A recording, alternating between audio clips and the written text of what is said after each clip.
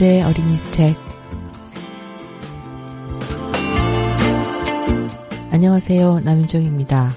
함께 어울려 사는 세상을 말하는 어린이 책을 소개하며 함께 읽어보는 시간입니다.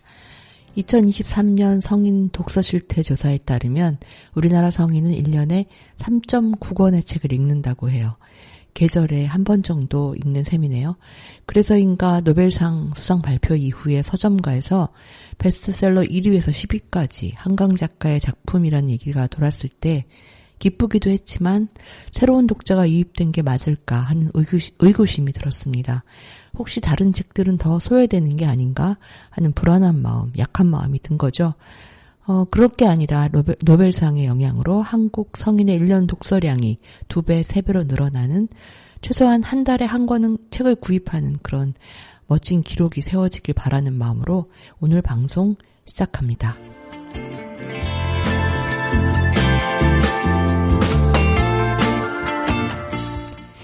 오늘도 어린이 책 4권 들고 나왔습니다. 자기 긍정의 이야기를 담은 책들, 주체성을 말하고 키워주는 어린이 책인데요. 오늘의 책을 추천한 기준인 어린이 책의 인물과 서사에 대한 질문 가운데 오늘은 3번째 질문입니다. 인물의 개성이 성별 고정관념으로 결정되지는 않나요? 라는 질문입니다. 남자다움과 여자다움에 대한 생각들은 흔히 가장 많이 볼 수 있는 그런 고정관념이죠. 저마다의 다양한 개성이나 자유로운 생각과 맞지 않을 때가 많습니다. 단순하고 획일적인 고정관념이라는 틀에서 벗어나 나다움을 찾아가는 그런 동화, 그림책들을 소개합니다. 첫 번째 책부터 소개시켜 드릴게요. 그림책입니다. 제목은 고만예. 밑에 100년 전 북간도 이야기라고 쓰여진 그런 책인데요.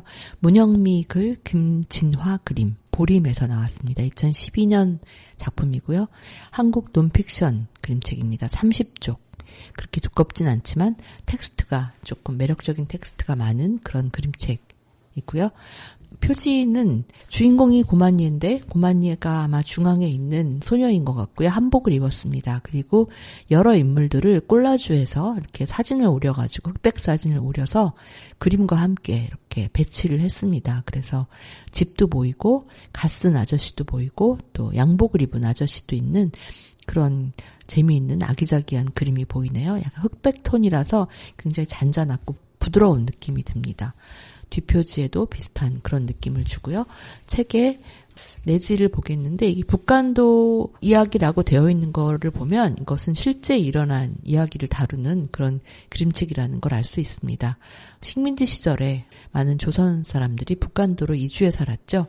그중에 고만네 가족의 실화를 다룬 책입니다. 글은 전체적으로 아주 차분하게 두런두런 그렇게 읽어주는 그런 투인데요. 한번 조금만 읽어보겠습니다. 본문 첫 번째는 널찍한 겨울 평원이 있고요. 사람들이 줄지어 이주해 갑니다.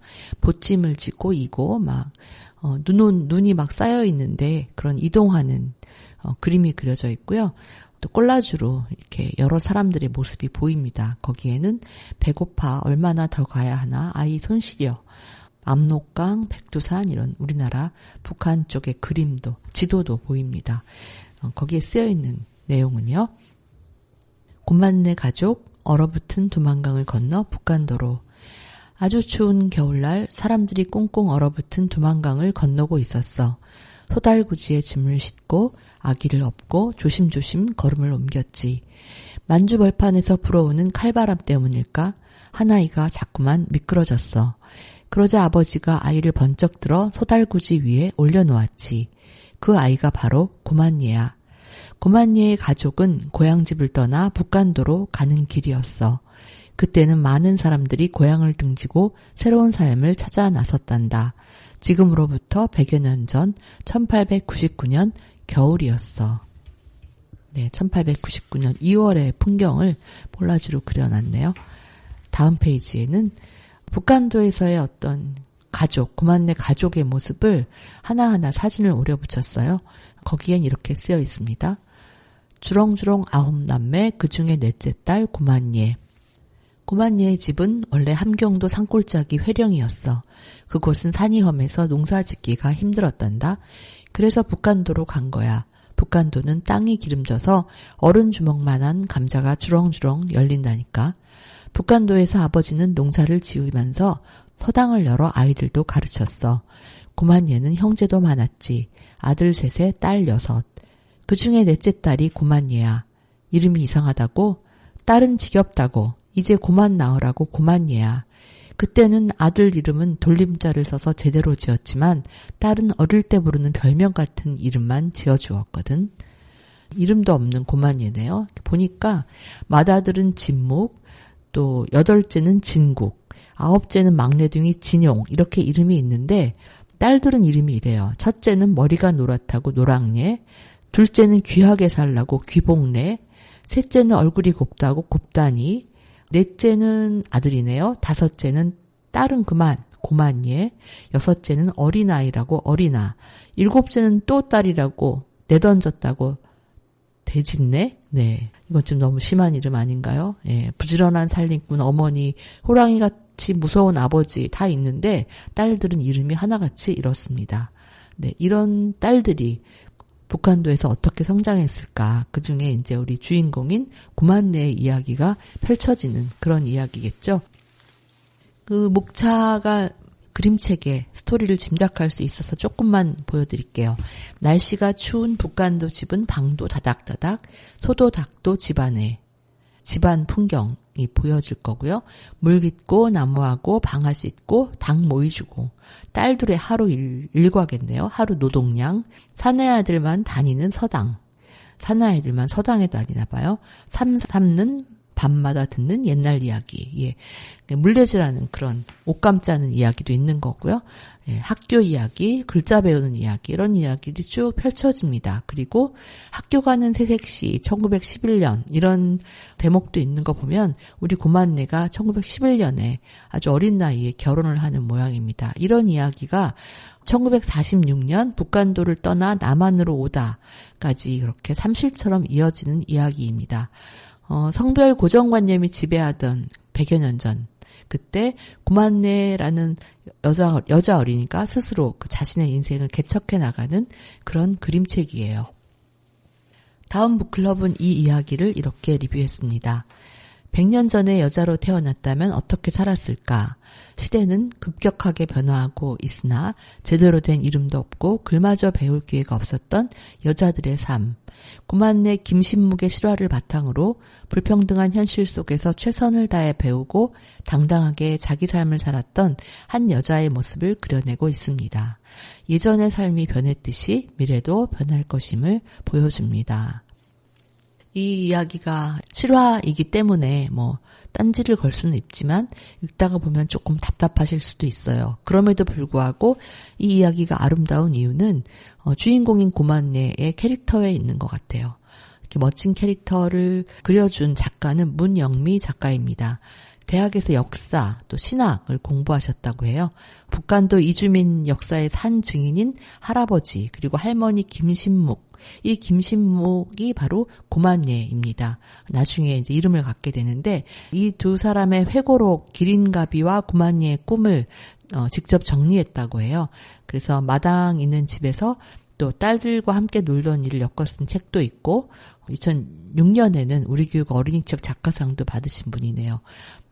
우리는 이분을 문익환 목사 혹은 배우 문성근 씨와 함께 좀 알고 있죠. 바로 그 고만예 할머니의 자손들이 되겠습니다. 그 중에 한 분이 어린이책 작가가 되신 거예요.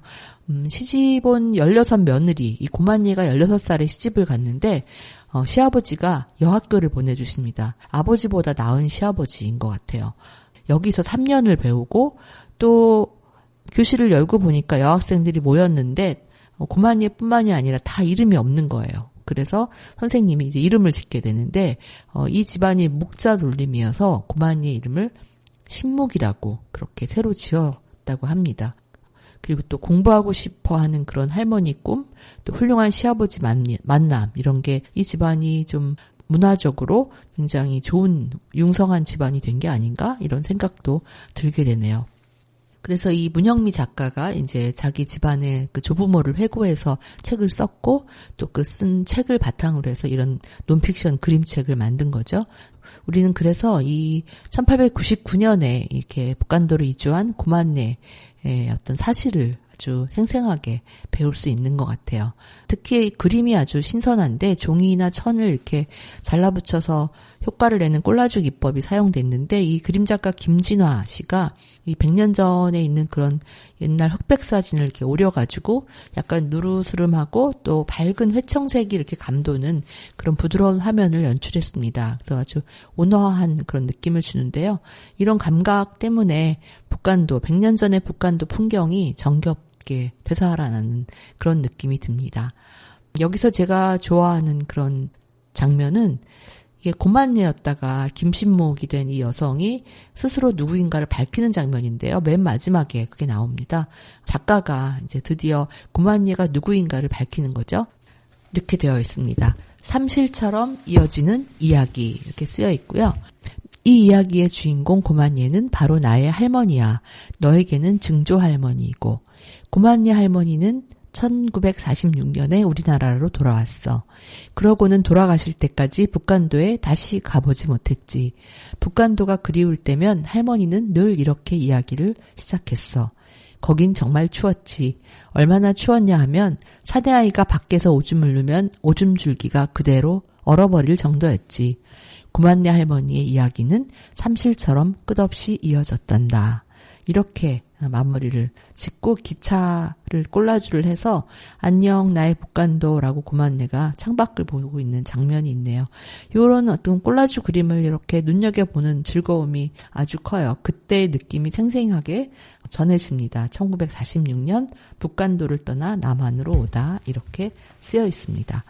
성차에 대한 고정관념, 또 여성에 대한 불평등에도 불구하고 꿋꿋하게 꿈을 키우고 어떤 자존을 지킨 고만네 김신목이라는 여성과 그 가족의 이야기를 어떤 시실과 날실로 직조한 아름다운 그림책 고만네를 소개해드렸습니다.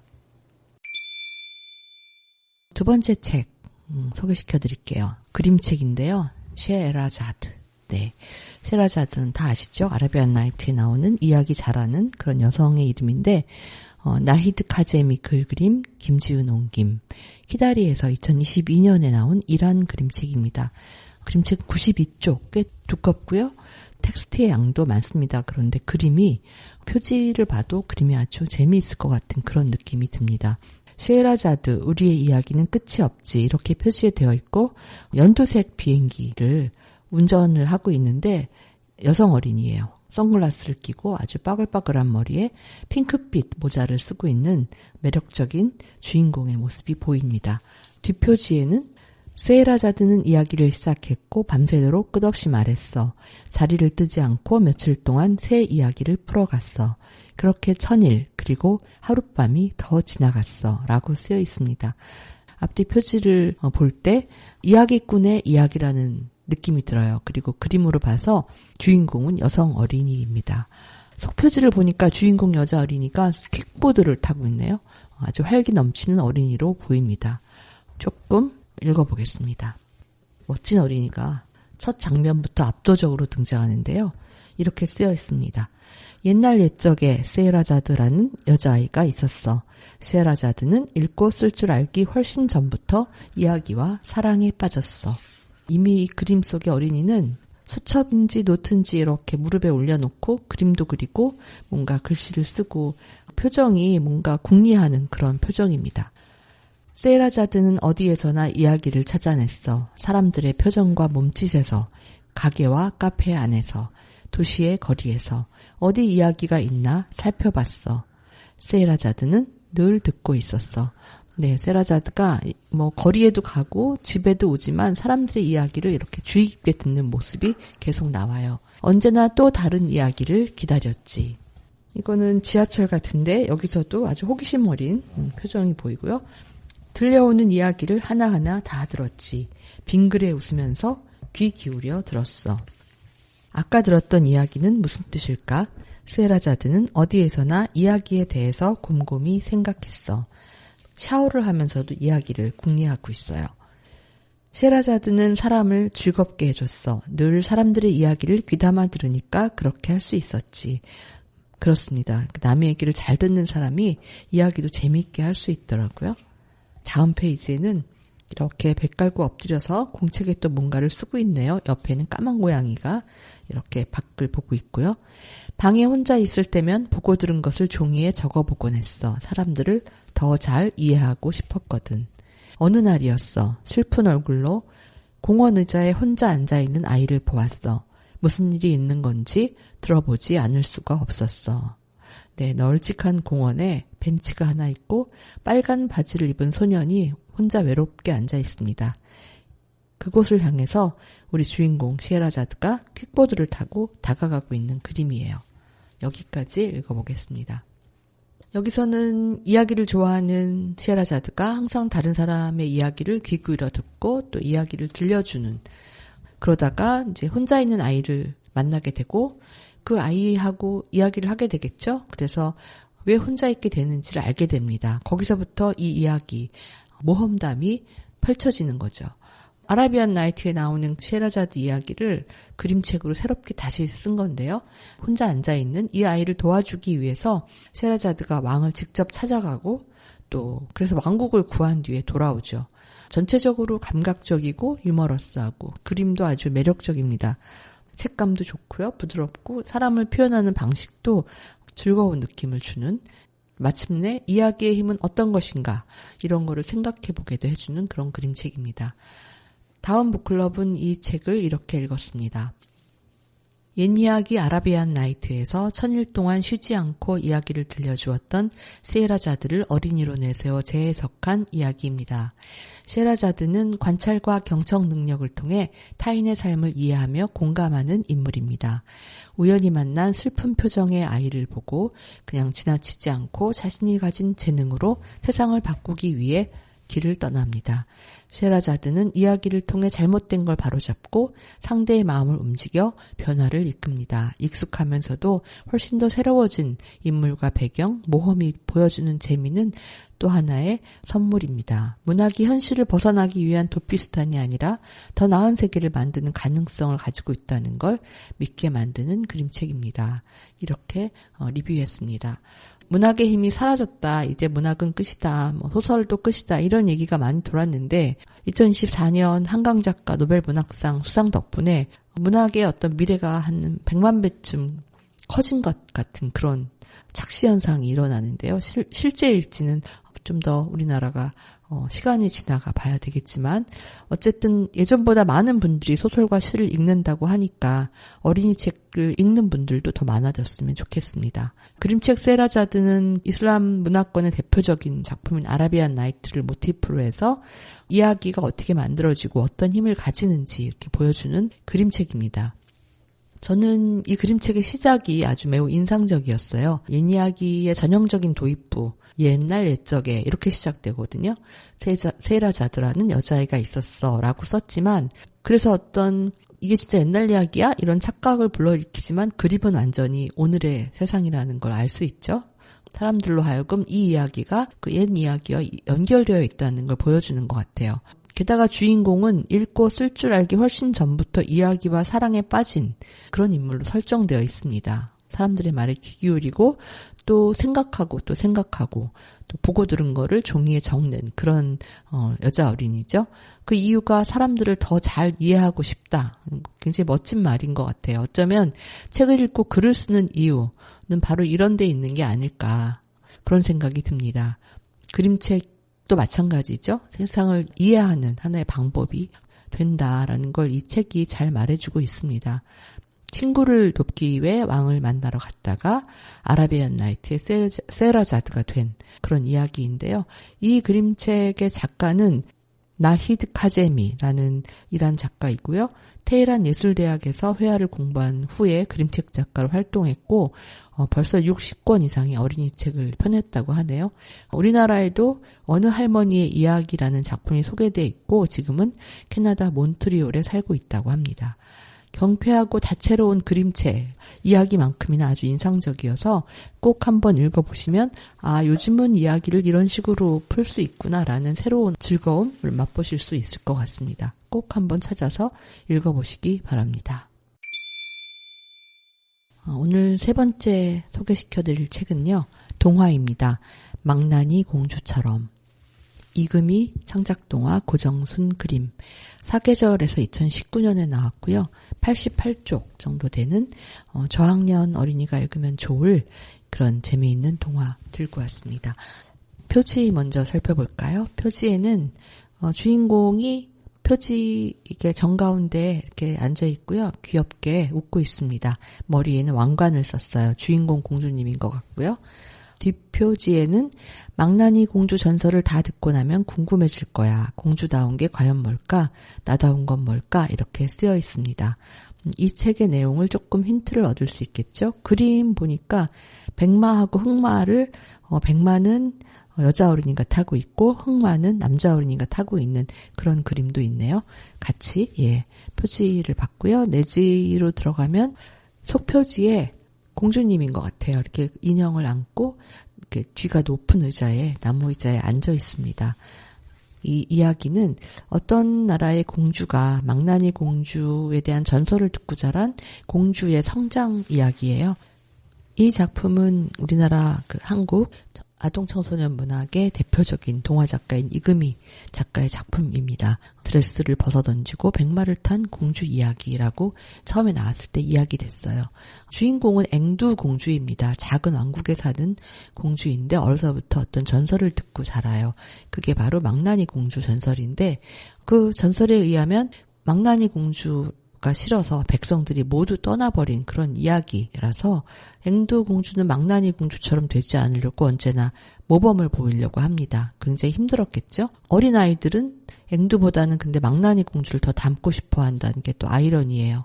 왜냐하면 앵두 공주만 모르는 뒷이야기가 더 있었던 겁니다. 망나니 공주에 대한. 이금희 작가는 성역할 고정관념에서 완전히 벗어난 새로운 공주 이야기를 탄생시켰습니다. 작가가 짜놓은 이런 탄탄한 구성을 바탕으로 공주의 숨겨진 전설이 밝혀지면서 앵두공주가 변화해가는 과정이 아주 입체감 있게 펼쳐지는 그런 동화예요. 동화 속에서 공주는 백마탄 왕자를 기다리는 그런 인물로 그려지는 경우가 많았는데 그런 동화들이 이제 어린이들에게 성역할 고정관념을 심어주게 되는 그런 동화들이죠. 근데 요즘은 사실 많이 줄어들었다는 생각도 들고요. 오히려 이렇게 재해석한 동화를 더 많이 볼 수 있습니다. 망나니 공주처럼은 이런 편견에서 벗어나 평등한 나다움이 무엇인가 이런 거를 좀 재미있게 풀어낸 그런 동화입니다. 마침내 앵두공주가 드레스를 진짜 벗어던지고 왕자를 구하는 씩씩한 인물이 되는 그 과정. 사냥에 소질 없던 왕자가 공주를 만나고 나서야 자신이 살림에 재능이 있다는 걸 발견하는 이야기라든지 또 결혼한 다음에는 왕은 공주가 되기로 하고 왕자는 살림을 하는 그런 구조도 굉장히 현대적이라는 그런 느낌이 드는 것 같아요. 반전의 어떤 이야기인 거죠. 성에 대한 고정관념 없이 자기가 좋아하고 잘하는 일을 하는 등장인물의 모습 속에서 작가가 무엇을 생각하며 이 동화를 썼는지를 우리는 알 수 있습니다. 다음 북클럽의 리뷰를 살펴볼까요? 흔한 공주 왕자 이야기를 통쾌하게 반전시켰습니다. 앵두공주와 그의 친구인 자두의 캐릭터가 매력적이며 믿음직하고 사랑스럽습니다. 공주도 왕자도 왕도 백성도 남자도 여자도 아닌 나는 누구인가를 생각하게 하는 책입니다. 작가는 어린이 독자가 바람을 가르며 말을 타고 달리는 앵두와 자두처럼 답답한 편견의 세계를 박차고 나올 수 있도록 응원합니다. 뒷표지 그림이 왕자 공주가 아니고 앵두와 자두였네요. 제가 착각을 했습니다. 백마와 흑마를 앵두와 자두가 타고 있는 그림이었어요. 이금희 작가를 소개시켜 드릴게요. 이렇게 책에 쓰여 있네요. 어릴 때 가장 좋아했던 놀이는 이야기 만들기였어요. 어른이 돼서도 마찬가지예요. 세상 여기저기에 숨은 그림처럼 감춰진 이야깃거리를 찾아 동화로 만들고 있지요. 그 덕분에 작가가 돼 많은 작품을 썼어요. 지금까지 쓴 책으로 하룻밤, 너도 하늘말 날이야, 나와 조금 다를 뿐이야, 밤티마을 시리즈 등의 동화가 있고 거기 내가 가면 안 돼요. 청춘기담, 유진과 유진, 소희의 방 등의 청소년 소설이 있습니다. 아동문학의 노벨상이라고 불리는 한스 크리스티안 안데르센상의 2020년 한국 후보로 선정되었습니다. 2026년에도 또 후보에 올라있기 때문에 한강 작가에 이어 아동문학에도 또 좋은 소식이 있었으면 좋겠다 이런 생각이 듭니다. 그림을 그린 고정순 작가 역시 겉모습이 화려한 공주 왕자가 아니라 평범한 모습으로 그려내서 작품의 주제를 더 살려냈습니다. 고정순 작가의 작품은 이미 저희가 여기서 소개시켜드렸죠. 엄마 외화나 가드를 올리고 슈퍼고양이 아주 많은 작품이 있는 인기 그림책 작가. 이 작품에 같이 작업해 주셨네요. 그래서 멋진 그림과 또 재미있는 글이 만나서 이렇게 저학년 동화로 인기 높은 그런 망나니 공주처럼 탄생되었습니다. 제가 여기서 아주 좋아하는 부분은 이 자두라는 아이네 집에 그 앵두공주가 이렇게 체험학습 비슷하게 체험하러 가는 거죠. 평민 체험하러 가는데 자두는 앵두공주를 따라서 자기 이름을 지었다고 생각해요. 되게 마음에 안 들어 합니다. 그러면서 이런 말을 하죠. 왜 평생 쓸 자기 이름을 다른 사람이 짓는 건지 모르겠어. 내가 나중에 왕이 되면 법 좀 바꿔봐. 자기 이름은 자기가 짓는 걸로. 앵두는 한 번도 생각해 본 적이 없는 생각이었어. 진지하게 생각해 볼게. 32쪽에 있는 내용인데 아까 고만예에서도 나왔지만 거기서도 고만예가 김신묵이 되는 데까지 10년이 넘게 걸린 그런 이야기였는데 여기에 나오는 자두도 자기 이름이 마음에 안 든다고 하죠.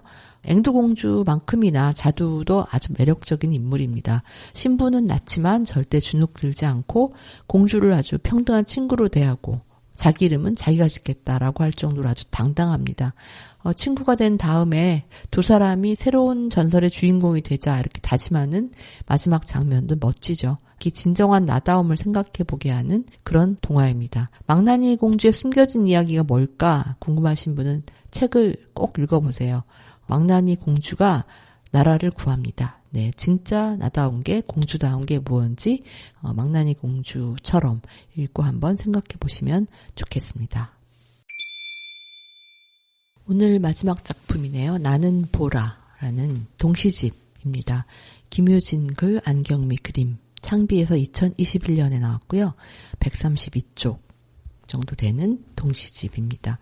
표지에는 어린이가 마치 토성처럼 생긴 고리가 있는 토성에 고리가 있는 것 같은 그런 둥근 공 위에 이렇게 서서 팔을 쫙 뻗고 다리를 들고 있는 그런 아주 시원한 그림인데 연한 보라색, 보랏빛이 전체적으로 깔려있네요.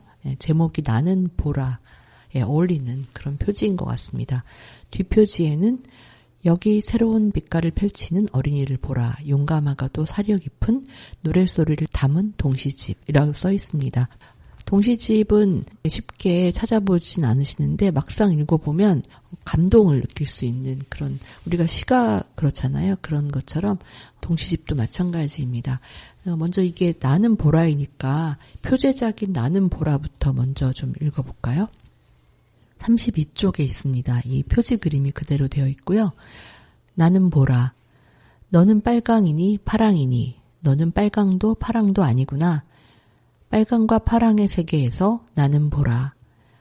빨강들 옆에선 파랑에 가깝고 파랑들 옆에선 빨강처럼 튀는 나는 보라. 빨강과 손잡으면 빨강보라. 파랑과 팔짱 끼면 파랑보라. 빨강 보라였다가 빨강보라였다가 파랑보라였다가 파랑보라였대도 보라는 보라. 빨강 옆에서 빨강을 알게 하고 파랑 옆에서 파랑을 보여주며 빨강과 파랑을 만드는 보라. 네, 빨강도 아니고 파랑도 아니지만 보라는 보라다. 이런 시인데 그냥 시어를 쭉 따라가다 보면 무엇을 말하고 싶은지 이렇게 느낌이 전해지는 것 같습니다. 이 동시집에는 60편 정도의 동시가 담겨 있는데요. 섬세하게 어린이 마음을 읽는 이런 시를 따라 읽다 보면 어른이 됐지만 나의 마음속에 있는 어떤 감각들이 묻어둔 감각들도 이렇게 깨어나는 것 같은 그런 느낌이 듭니다. 다음 북클럽에서는 이 시집을 이렇게 리뷰했습니다. 시집의 표제작인 나는 보라는 어린이가 자신의 색으로 씩씩하게 살아가겠다는 독립선언이다. 시의 화자는 독립을 꿈꾸며 세계의 다양성에 눈을 뜨기 시작하는 어린이이다. 다른 사람의 입장에 귀 기울이고 그들만의 영역을 존중하는 신중한 태도를 지녔다. 능동적으로 자기다움을 탐색하지만 그 움직임은 더 약하고 여린 존재들을 배려하고 연대하는 가운데 이루어진다. 보라라는 색이 안겨주는 명랑하고 쾌활한 감각을 간직한 작품들이 많지만 그 안에서 어린이가 자신과 주변의 모든 것을 숙고하는 장면도 자연스럽게 표현된다. 세월호의 기억을 되새기게 하는 깊고 먹먹한 작품들이 함께 수록되어 있다. 이렇게 이 책을 동시집을 소개했습니다. 이 작가 김유진 시인은 창비 어린이 신인문학상의 동시부문 또 평론 부분에 당선이 돼서 시도 쓰고 평론도 하는 그런 선생님인데요. 동시집 뽀뽀의 힘, 청소년 시집 그때부터 사랑, 평론집 언젠가는 어린이가 되겠지, 그림책 오늘아 안녕 등을 펴냈습니다. 창원 아동무당상을 받았고 최근에 구체적인 어린이라는 평론집을 내서 많은 분들이 읽고 있다는 그런 이야기를 들었습니다. 제가 좋아하는 시 몇 편을 더 이어서 낭독해 드릴게요. 24쪽에 있다 만나라는 작품이 있거든요. 있다 만나. 먼저 엄마한테 물어보고 오늘은 수학, 발레, 피아노만 하면 되니까 시간이 날 것 같아. 4시 45분부터 5시 10분까지 맞지? 나 발레 끝나고 너 영어 가기 전에. 학원차가 아파트 정문에 서니까 정문 놀이터에서 보자. 더 많이 놀 수 있게. 그럼 이따 만나. 네. 4시 45분부터 5시 10분이면 25분이네요. 25분 동안 놀기 위해서 이렇게 열심히 약속을 합니다. 더 많이 놀 수 있게라고 표현한 게 정말 좀 안타깝기도 하고요. 어린이들이 이렇게 학원과 학원 사이에 친구들을 만날 수 있는 짬이라도 나면 다행이라고 해야 될까요? 그 마음을, 그 상황을 이렇게 웃음이 나긴 하지만 그냥 웃을 수만은 없게 표현한 시인의 어떤 감수성, 시선 이런 거에 대해서 이렇게 감탄하게 되는 그런 시였습니다. 시인은 머릿말에서 시로 말할 수 있는 모든 걸 보여주고 싶었다라고 쓰면서도 그래서 재미없는 동시를 써야겠다고 생각했다 이렇게 말했어요. 시인이 말한 재미없는 동시가 어떤 건지 사실은 잘 모르겠지만 시인의 생각에는 요즘 재미있는 동시가 많다 이렇게 느껴진 것 같아요. 그래서 나는 그런 재미있는 시와 좀 다른 동시를 쓰고 싶다. 평소에 여러분들이 읽는 동시와는 조금 다른 동시를 쓰겠다. 이런 결심이었을까? 저는 그런 생각을 좀 했습니다. 시집을 이렇게 한번 쭉 읽은 다음에 마음에 드는 몇 편에 표시해두면 생각날 때마다 이렇게 뒤적뒤적 읽기 참 좋은데요. 또 그런 작품을 하나 읽어드릴게요. 제가 뭐 시를 설명해드리는 건 크게 의미가 없는 것 같아서요. 이것은 가족에 대한, 아빠에 대한 동시인데요. 제목은 용서할 수 있는 때입니다. 아빠가 미안하다며 잘못을 용서해 달라고 했다. 나는 눈물이 핑 돌아서 얼른 고개를 떨어뜨렸다. 목을 조르던 투명 깁스가 벗겨지고 마음속 레고 조각 성벽이 우르르 무너져 내렸다. 아빠를 용서해주고 싶었다. 슬며시 고개 드니 아빠 얼굴 너머 벽에 걸린 키재기자의 기린이 빛바랜 채 웃고 있다. 키재기 눈금은 칸칸마다 아빠 주먹으로 뭉개졌는데 용서가 그걸 바꿀 수 있을까? 나는 아빠에게 복수할 수도 없는데 아빠를 용서할 수 있는 걸까? 아빠에게 복수할 수 있을 때 용서하기로 했다. 네, 이게 바로 재미없는 동시의 어떤 사례 같아서 저는 좀 이걸 뽑아왔는데 보통은 쉽게 뭐 아빠가 미안하다고 잘못했다고 하니까 용서해 주겠다 뭐 이렇게 포옹하면서 끝나기가 십상인데 이 동시는 그런 길을 선택하지 않았습니다. 용서라는 게 그렇게 쉽게 될 수 있는 게 아니죠.